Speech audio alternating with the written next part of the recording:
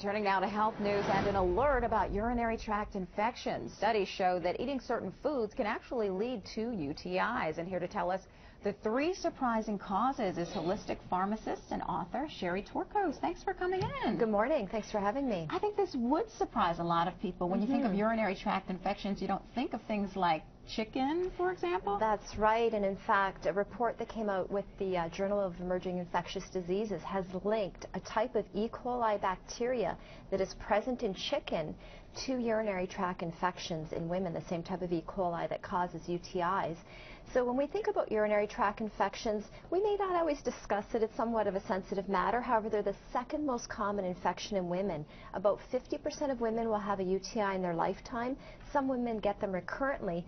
Guys can also get them, especially with advanced age. But chicken, who would have thought chicken could be a cause? So if you're handling chicken, you have to be very careful that you cook it thoroughly and that you're also very careful in washing your hands and underneath your nails after you're handling raw chicken, because if you were to touch the chicken, get some of that under your nails, go and maybe not have it washed off properly, go to the bathroom, wipe yourself, you can transfer that bacteria from the chicken to your hands to your body. That is very interesting. It's scary. So the other thing too is to look for organic chicken and avoiding the ingestion of hormones and some of the other compounds that are present in non-organic meat. There's also a connection between certain medications and urinary tract infections? That's right. I brought some cold and allergy medications. For people that have congestion, using decongestant medications can cause urinary retention, and anytime the bladder is not able to void completely and you have it retained, the urine retained, there's increased opportunity for bacteria to grow. These infections are common among people who have spinal cord injuries as well. That's Why? right, and that's because if you have a spinal cord injury, you develop often what's called neurogenic bladder. The bladder doesn't function properly, and people have to have a catheter. And anytime there's an instrumentation introduced into the body, it increases the risk of bacteria growing and producing a urinary tract infection.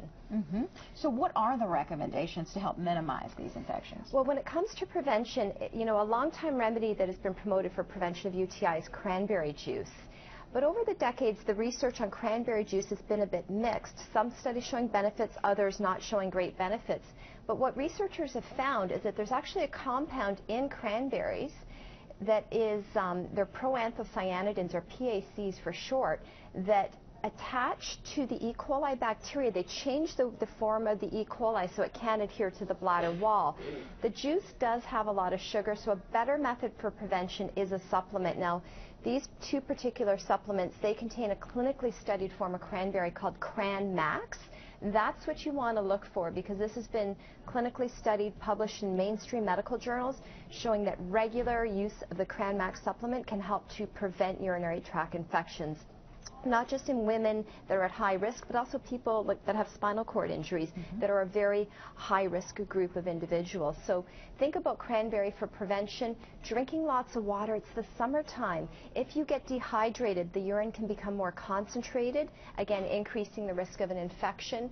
And think about probiotics as well. Probiotic yogurt, probiotic supplements. There is some emerging evidence that they can help as well with helping to fight off bad or pathogenic bacteria. All right. Author and pharmacist Sherry Torkos, full of plenty of great information. We thank you again for coming in. Thanks for having me.